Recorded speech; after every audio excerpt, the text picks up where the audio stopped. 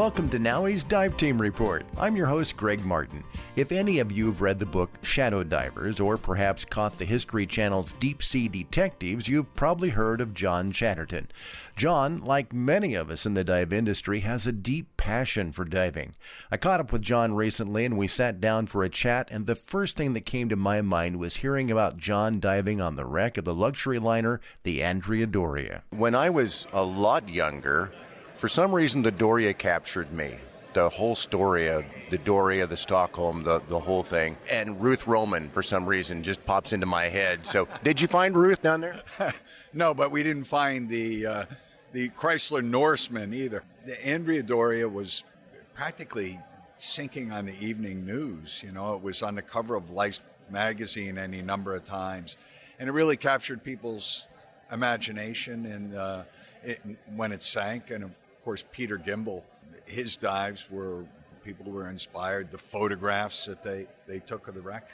From a diving perspective, it's like, you know, these guys are out there with wetsuits they were gluing together after every dive, and with J-valves and two hose regulators. And, you know, I mean, so it was doing 10-minute bottom times and how far can I get in 10 minutes. And then it kind of, you know, the Doria itself kind of evolved, and deep air divers were venturing further and further inside, and you had the possibility, the opportunity to go places no other diver had ever been. And guys on air without, you know, stage bottles or any of that, we're doing some really challenging, exciting dives.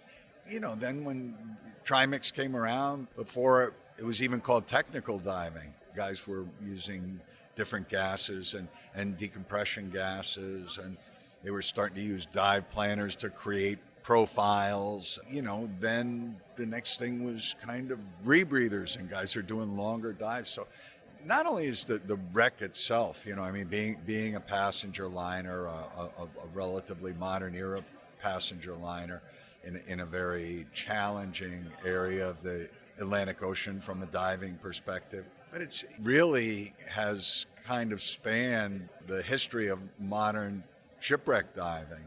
People are, you know, very fond of the Andrea Doria. I sit here and look at you as you're talking, and I still see the fire in your eyes. I still see the passion of what you do. And I see that a lot in the divers. What brought you to diving? What made you take up this crazy sport? You know, when I was a kid, I was spearfishing, snorkeling, and, you know, I think I was 10 years old, and the neighbors put a scuba tank on my back. I kind of floated around on the surface of the water. They tied a piece of line around my waist so I couldn't get too far.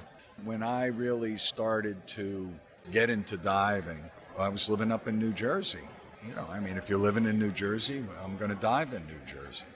My mentor was Bill Nagel. He was 3 months younger than me. There was something about diving, working, being on the boat with someone who has passion and enthusiasm for shipwrecks. Bill's passion and enthusiasm was very contagious. He was very generous in sharing his experience, his emotion for shipwrecks with me. And I think the projects that I've been involved with, Rob Kurson's books, or the things that I've done for the History Channel, I would like to think if there's anything that I do, it's maybe reach out and inspire passion in people about maritime history and about shipwrecks and about diving. We don't have a lot of those people left. Probably when you and I were getting into this, it was the Sea Hunts, it was the Jacques Cousteaus, and, you know, those kind of people. Then along comes you, Richie, you know, people like that we can watch on TV. And you were kind of like the next generation of inspiration for people, and we need to keep inspiring that, like you said, to keep that going. What kind of advice do you give when it comes to young divers thinking about this realm? Obviously, I could probably, on that subject alone, talk for a week nonstop. If I was going to give one piece of advice to any new diver, it'd be work hard, become a journeyman. No matter who you are when you start out, you're a novice. Learn what you can. You know, when we started out, we didn't have the advantage of the information on the internet, even books on diving were few and far between. There's a lot of you can do to prepare you to be a better diver, a diver with greater capabilities, provide food for your passion, places to go. And if you really take a kind of an ethical work approach to it, that will take you extraordinarily far. I have been incredibly fortunate in my diving career to date, and I am very appreciative for all the support that I've gotten from the dive community. People like to ask me, what's your favorite dive? I always think the next one. And I mean, who's luckier than me?